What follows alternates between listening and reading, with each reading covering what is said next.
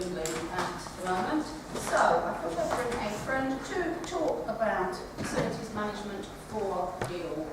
Richard Bottom is Facilities Manager Medway. So he is the equivalent of Laura, who you met a couple of weeks ago. Richard is going to talk you through his roles, his responsibilities, a little bit as Laura did, his past life. So, sorry, did you have a query?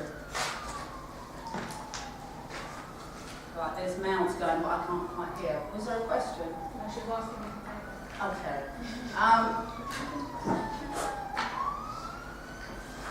Whenever they're ready. Richard is the facilities manager at Medway, and not dissimilar to Laura's presentation, he's going to talk through his career path to date and his current roles and responsibilities. What Richard is also going to do, and this is an exam question for some of you, what Richard is also going to do is he is going to talk through the principles of disaster recovery. For disaster recovery, read business continuity. It's a lot easier to understand disaster recovery in the context of an FM scenario. Think all those business scenarios we discussed last week and try to apply the principles of disaster recovery, business continuity to those business relative to what might go wrong, what might be critical within their business scenario. And again, bear in mind what might be critical to Richard's Medway scenario may not have the same level of criticality to the Maritime campus, so the priorities are slightly different across two campuses. I remind you at outset that there is a BIM lecture to follow. There's probably about 140 people attending, and there's more than enough room in that lecture theatre because it's a little bit larger than this one. So we have allowed for you to be there as well. But without further ado, I can pass you to Richard, and as long as you like, the floor is yours. Richard does interact and ask you questions, so it would be appreciated if you might respond. Well, good afternoon, everyone. Thank you for having me today. As Kristen mentioned, I'm based out in Midway, and I'm the campus facilities manager for that campus. As it says on the slide, I've got a few slides I'm going through, so I'll look at this screen, but you'll see everything come up there. Kristen's asked me 4 elements there. Just explain a bit about myself, my background, where I am, my career, how I've got to where I am, and my experience to date. And then part 2, so you'll see from the perspective I'm talking from, then you'll see, then I'll give you an overview of the university estate in totality, not just my campus, but all campuses, and we'll look at perhaps the different challenges that each campus has, which we'll try to relate to sort of business continuity, disaster recovery later. Then we'll do a bit of the dry part on business continuity. And then last one, there's a bunch of acronyms down there: computer-aided facilities management, building information monitoring, and building management systems in the context of business continuity. It's a bit of a mouthful, but we're finished with that. Some of it's a bit dry, I must say, and I would appreciate some interactions, otherwise I sit bored and listen to my own voice. So, in grade, I'm a facilities manager. I'm not an academic. I'm not a lecturer. I don't teach. I'm a professional worker. So, if you see me looking a bit rough around the edges of my presentation, please forgive me because this isn't my day job. The last time I did this was approximately a year ago, so just bear with me. So, types of properties, well, there we go. So, my career today, and then the type of properties in the estate. So, just me, briefly, reading from the bottom up. I'm trained in construction. Started with a large construction firm in Poland, then third into facilities management approximately, that was about 20 years ago I suppose now. We moved into Acumen, it was a transfer that was, and then I've moved around a few employers. I've become a building manager at Broadgate Estates, then I moved to DTZ, an international property consultancy firm on the facilities management services department. Then back to Canary Wharf at the Financial Services Authority, and now at the campus. I'll expand a bit more on those to give you a view of the sort of the estates I've been responsible for or working with over that period. So that's my first job, started 17 years old, so I've been working since I was 17. Did my own CNHMC part-time whilst working on construction sites. My biggest job I ever did, the very first job I ever did, which was building the phase 1 Canary Wharf, the tower and the 6 surrounding buildings. So I don't think I knew what a brick or a bit of timber was for the first 4 years of my career as a structural steel and concrete and reinforcement. A number of different projects there, working on hospital construction, London Underground, which is now Transport for London Depot refurbishment, and then some more minor projects. Then we moved, as I say, over to, we transferred into a facilities company called Acumen, where we took over a portfolio of 56, I believe, 56 Crown properties around the south east of England, Crown and County Courts administration type properties, and some elements for agriculture, fisheries and food. But if any of you recognise those, you might have been naughty. They're some of the major court groups around the south east. If you can see the site properties I've displayed, that's the bigger ones, but there is a lot more. They range from the more up-to-date Luton Crown Court at the bottom there. And then you've got Reading, which is I think grade 1 listed frontage. So it's a real spectrum of sort of 80s Guildford Crown Court and St Albans early 90s. It's a real sort of variety of different types of Crown buildings. The challenges that those estates had. This is what I'm going to try and relate to our past experience estates, and then we'll come on to the university estate. So the challenges of Crown is it was a huge estate. It was the south east of England. Security, clearly we've got the issues of people coming in, they're either on probation or they're on remand, in which case they're coming from prison for their hearings. You have the segregation issues, you have the judiciary, the jury, the public, the people being prosecuted, the emotions of the plaintiffs and the defendants. So segregation is a huge issue, as you can imagine, in Crown courts.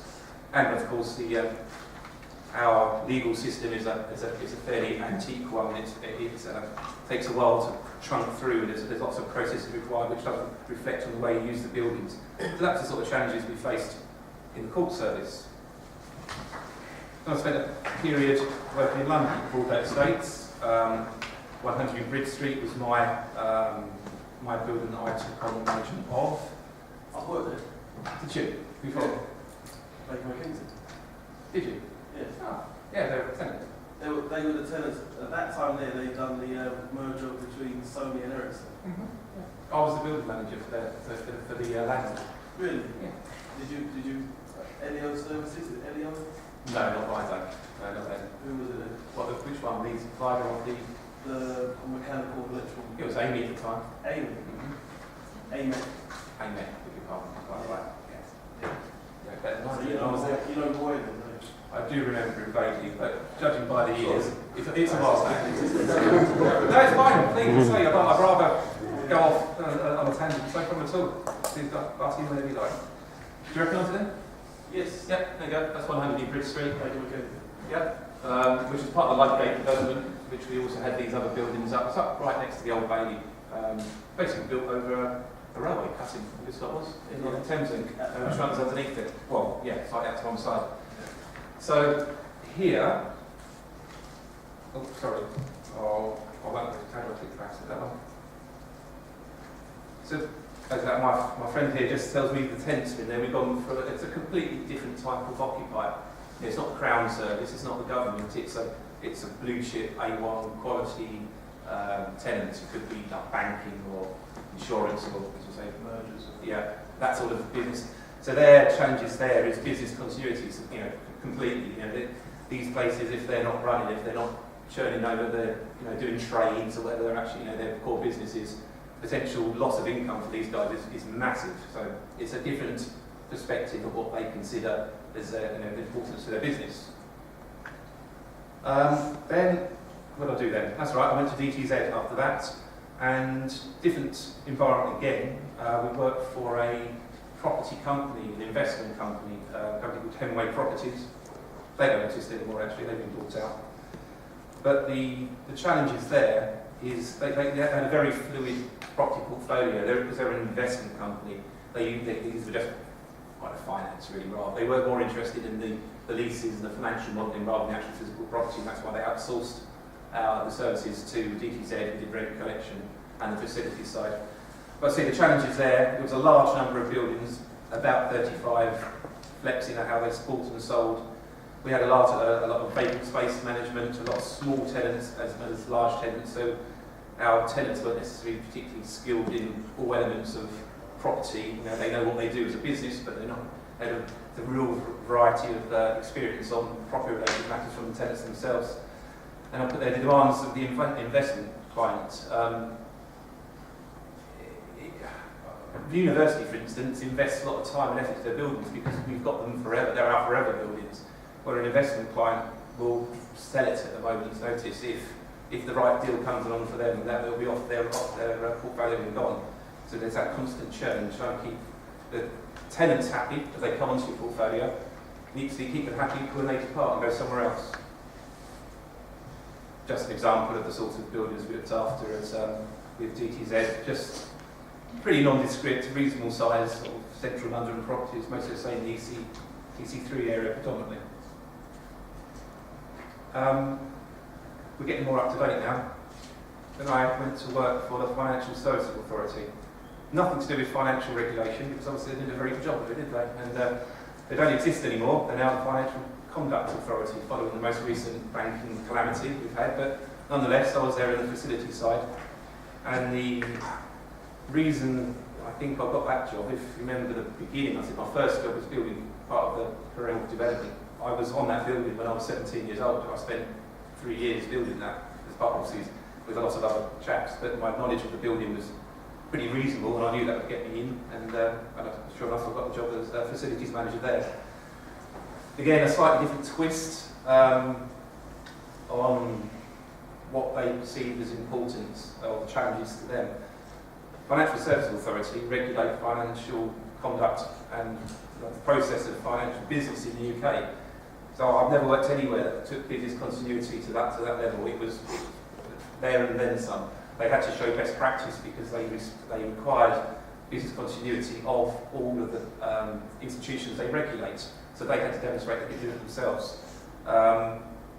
It also was a requirement to show global assurity and comfort that the UK financial market is a stable organisation, is a stable market for, you know, a better way to describe it. It's world confidence, basically. We need to demonstrate to the world that we are a stable environment for world investment. Does that make sense? Yeah? Yeah, so that's that, but we were showing best practice in doing it. So in terms of business continuity, we had dedicated teams with regular practices and significant investment in this. Yes? When you say show, who would you show it to? What platform? What sort of form? Well, because we were regulated, we were demonstrating what we expected of Barclays, HSBC, whoever, you know, even down to the individuals. There was a descriptor of what we'd expect them to behave, how they behave, how they would be able to support, back themselves up in the event of having their own business calamity, or, you know, disaster, I suppose, whatever it might be. Everything we did was out of space, it was open for critique by anyone who cared to see it. I can't give you the exact answer, but it was available for people to see. And I think it probably still is under the Financial Conduct Authority. Because I must admit, I did Google after I left to see what they put online, and a fair amount of it is online, and how they do things. Does that answer your question? Yeah. Okay.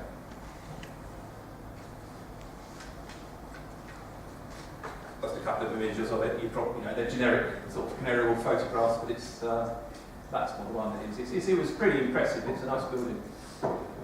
Good fun there. So then, what do I do then? That's me now, I suppose. Yeah. 2007, I decided to join the university. The reason I did that is I live local to Medway, and so I managed to avoid the commute to London, which was good for me. But again, a different change personally for me. Been working in London, the last couple of employees, now working local, and for the first time with the university. Detail there what the sort of things I do, you can read that for yourself. You all understand what facilities management is, do you? Yes? Yeah. Okay, so I don't have to describe it. So you get the gist of the sort of, that's a very broad line, top level descriptor of the things we do. There's a bunch more and I can expand into another presentation, but that's what I and my team are responsible for. my team. I don't expect you to read this, and by the way, this is properly available by Christine if you want it. If you ask if it's presentation, you have it. And there is some embedded links to certain items as well as we go through that you link you to other topics. But I know that's too small to read, but I sort of sit at the top, that's me. I've got the blue boxes beneath me are my 1, 2, 3, 4 sort of direct staff. And we have a sort of a support team that work underneath these guys. But in theory, my campus, as I say, we've got 15 direct staff on the Medway campus and approximately 16 indirect. And that will vary depending on the amount of work we've got on. But that's my FM structure. I think I need to update this because it's 2014. It's slightly wrong, but it's close enough. Yeah, so this is now I'm going to show you is how, I should have said this before I pulled this slide up, I'll sort of expand this up from Medway, going through that at university and show you where we fit within the organisational structure of the University of Greenwich. So, Facilities Management Office is actually now incorrect. We're now the Facilities and Estates Directorate, but nonetheless it's the same. So my campus FM managers, that's me. I run a team, there's 3 of us down here. These are sort of departmental heads. We all feed through to a head of campus services or a head of estates, and then through to our director, who just started this week. We've got a new one. So there's, we have campus facilities managers who've got campus responsibility for all matters, but then we have specific people, such as catering and conference accommodation, looks after student accommodation, transportation, green travel, sports and recreation, finance. So all the sort of titles you might notionally see in any organisation, either managing things like finance or health and safety, or specific functions. Again, that's slightly wrong, I have to update that, but it's close enough for the moment. And then another thing slide I won't possibly read, but our department is, so I said we had a director, so those slides we've just seen underneath are all underneath this little section here, but then you get a view, start to see the size of the actual university. These boxes indicate individuals who are director level, and they've all got a directorate underneath them. So that's facilities management, and we sit under a chief operating officer who has changed since then, Anne Colson, now not Mark Norris. So there's 3 sort of work streams. There's research and enterprise, which basically run most of the schools, I would say.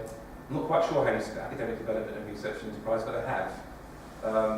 So there's 2 sort of streams here, and everything under the chief operating officer is sort of support services to the academic function, which is on the left and the centre. We then obviously feed up to the big cheese at the top, our Vice Chancellor David Maguire. So it's quite big, University of Greenwich. I know you're all students here, but there's a lot of it. The big structure behind everything. Okay, that's just a brief summary of me, where I've worked, the estates I've worked on, the challenges they faced, and then that's sort of a picture of my office at Medway, my team, my department, how my department fits in the university. Any questions over that? It's just to give you a bit of a grounding where I'm coming from. Okay. Point 2, overview of the university estates. What I do now is look at each campus, a little brief descriptor about it, and then the sort of challenges we face, which starts to build into the business continuity over again. So we've got 3 campuses. Medway, in Chatham Maritime. Has anyone been there? No? Yes? Couple? Right. Okay, good. And then we've got the Mansion and Southwood site, which together form the Aberhill campus, and then obviously where we are now, Greenwich Maritime. So that's Medway. Nice aerial shots. It's predominantly that. You can trace that around with the mouse. It is all Edwardian Victorian built. It was built as a barracks for the Royal Navy, when the Royal Navy pretty much ran Chatham. They departed in the early 80s, and we've taken on all these buildings.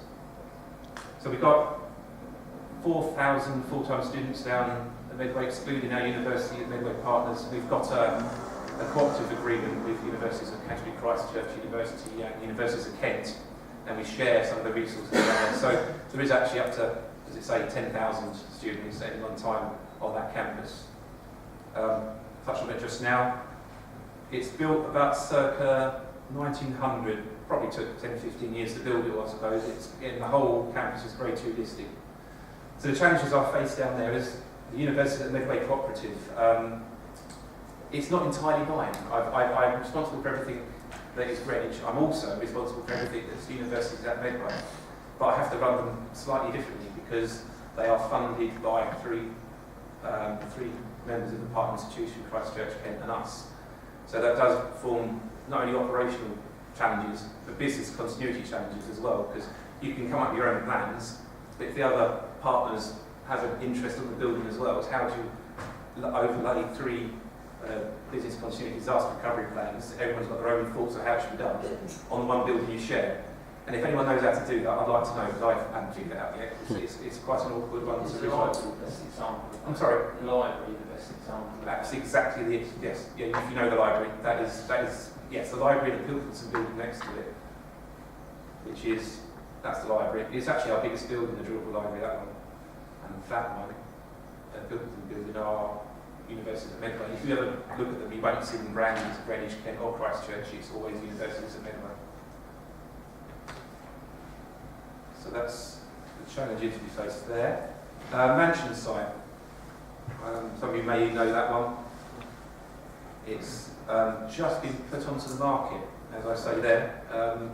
So it's remnants of a Victorian mansion, which was partially bombed during the war. 60 years extensions. It's not particularly fit for purpose. Its functionality and its condition is very poor. The recent opening of Stockwell Street, which I imagine you must go to over the way there, yeah, you know, the Stockwell Street Library. Well, that's kind of made mansion to a degree redundant considering its condition. So it's now, if you fancy buying a university, you can. It's on the open market. There's a link there to the VGA webpage if you want to have a look. So yeah, surface requirement is now going to go. So the challenges there for us, one, it's separated from the Southfield site, which I'll explain in a minute, there's a big parking lot, if anyone doesn't know geographically where they are located together. It's not fit for purpose, and its limited life expectancy is obviously now that it is. That was actually on road about a year ago. That's kind of defunct. It has no life expectancy anymore.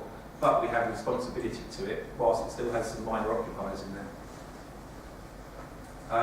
That Southwood site, which is the other side of the I'm trying to get my bearings here. Yes, the mansion site's on the other side of the park over here. So this is the Southwood site, which is a quarter of a mile away from the mansion site.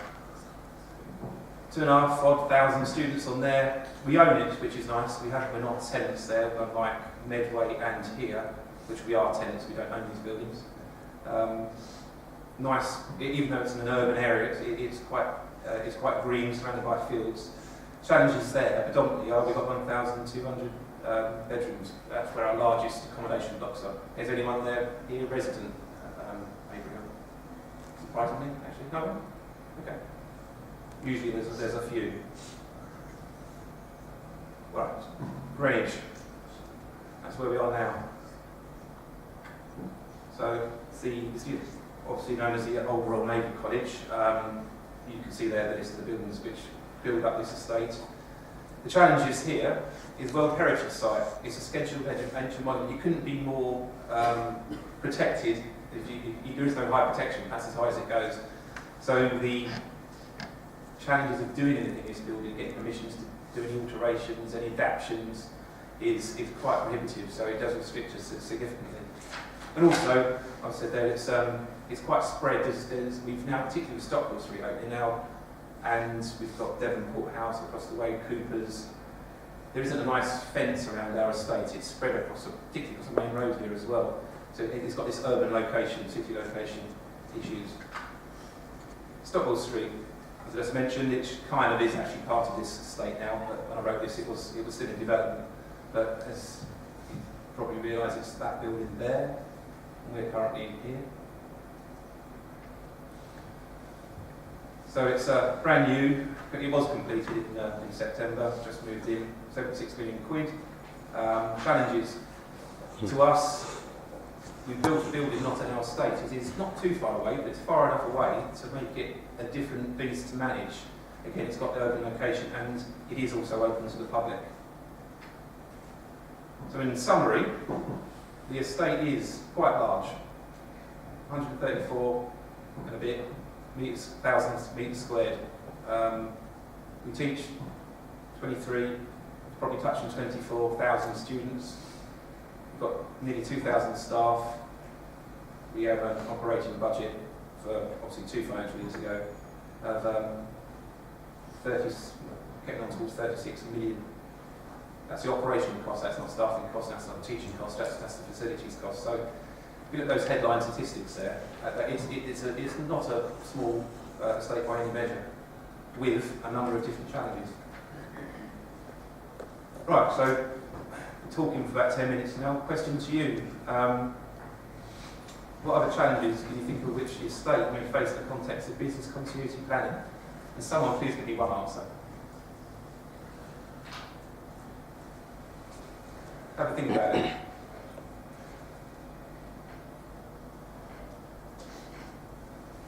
So I'll not move on until I get one. Pandemic, growth. Yeah. There's no wrong or right answers here. I'm just interested to see what you come up with. Yeah, absolutely. That's quite true. Security. I'll throw one in. Students coming, actually having an operational, financially stable business. Do we get students pay fees now directly? It's a different world from 5-10 years ago. So are we going to have enough of an income? There's some others. I mentioned Medway is 23.5 miles from, no it's not, it's actually a bit further down from here, that's from Avery Hill. We're diverse, we have a diverse estate over a large geographical location, or fairly large anyway. We've got from the most protected buildings in categorisation as possible, World Heritage Site here, to a brand new build just over there, so we've got everything in between there and there in terms of the type of properties we've got. The condition, mansion site, is crumbling, lack of investment now because we're going to shut it down. We've got a variable grade of suitability in terms of its functionality for teaching. We've got massively diverse use. I mean, you guys are all based around generally construction, building, FM, project management type thing, but we also teach a plethora of other different types of topics. So to have that diverse use, we need buildings that are diverse as well. We have limited adaptability, other than Stockwell Street, which was built for purpose, being the only building on the estate that was built for a university. Everything else has been adapted to suit the function we use it for. There is limitations to what we do there. Politics, that's a challenge. Not just, well, we've got 80 days, we've got an election coming, haven't we?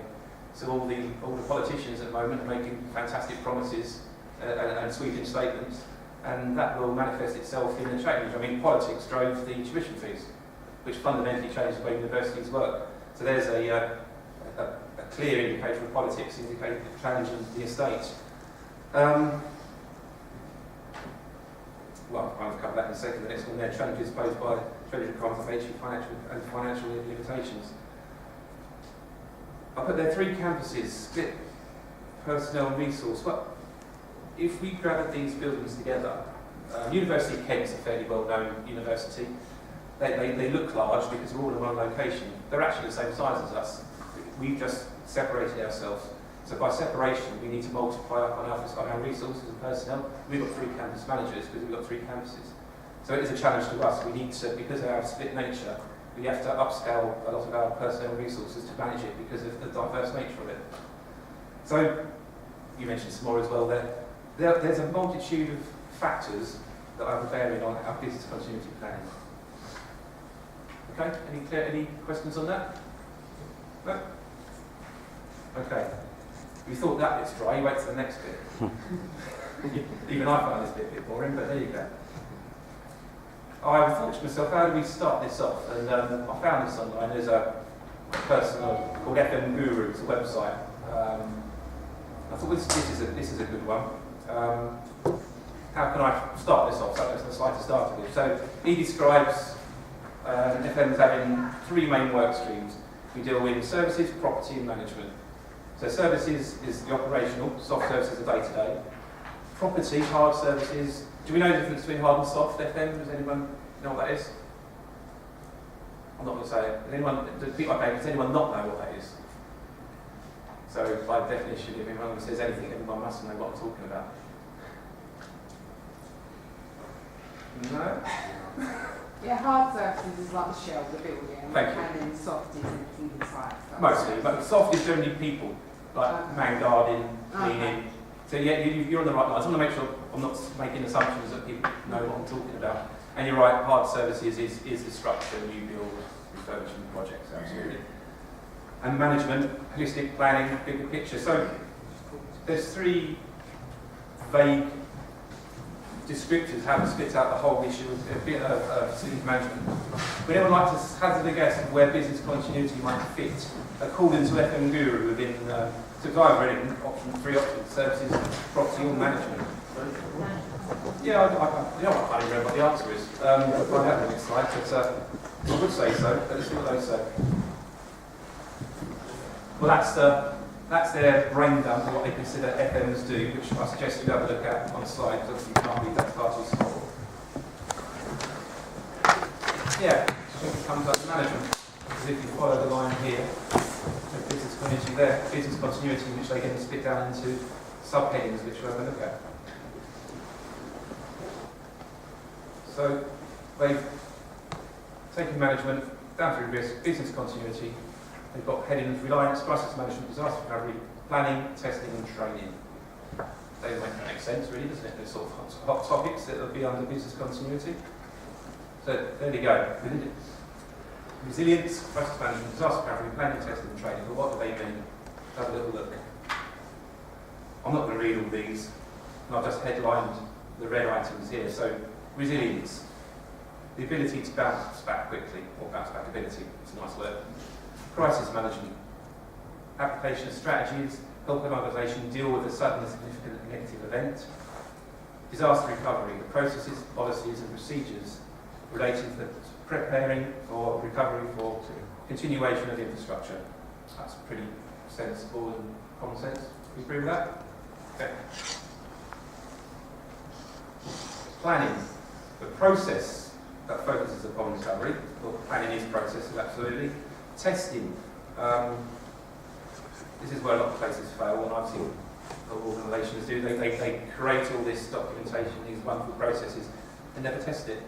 The testing to achieve organisation acceptance. You can create a plan, but unless you actually test it, you have no idea whether it's going to work. It's all in theory, unless you actually run it through a stress test to see if it actually achieves what you want it to achieve. And of course, to do that, you need training. So those people with responsibility receive adequate training to undertake what the requirements of the business continuity plan actually is. So they're kind of going up, that's a standard, you see that quite often, don't you? Repeating cycle. They all follow on, you keep testing and retesting, and that is a continual process, as it says there. Again, slightly dry, but I thought have a look at what standards we actually look at for business continuity. It's there. ISO 22301 specifies requirement for management systems. So if you're ever wishing to or need to write the business continuity management plan, there's probably a starting position. Again, there's a hyperlink if you wish to press it down here, which will take you to the relevant page that will tell you what's required. Or at least as that's the nuts of it. That's the basis of what every plan should be based on. And it looks a bit like that. And again, this is picked out of the ISO. What you actually see, they've got the continual cycle, which we referred to in the theoretical set earlier on. You've got understanding organisation, selecting business continuity options, developing and implementing plan, exercising, retesting. Now, it's the same headings, slightly differently. So it's repeating what I've already said in theory. So they support each other. So how do we approach business continuity? It's not just one plan, it's not just one document. There's a number of plans that actually interconnect together. And I'll quickly take you through these. There is a University of Greenwich business continuity plan. That is the strategic document that covers the entire estate. Because we've got 3 different campuses, and as I've described to you, they are geographically and physically very different. We've got 3 different incident plans. Mine being Medways, but obviously they're replicating Greenwich and Overy Hill. And feeding into that incident plan, we have 4 other smaller documentations, but units at Medway's procedures event of a major incident. We spoke about earlier on the drill call and the fact we've got the shared resource and how we're going to manage an event which is used by multiple occupiers. Our security and cyber instructions about our security team, how they respond to an event specifically. Our emergency procedures, what we do in event of fire,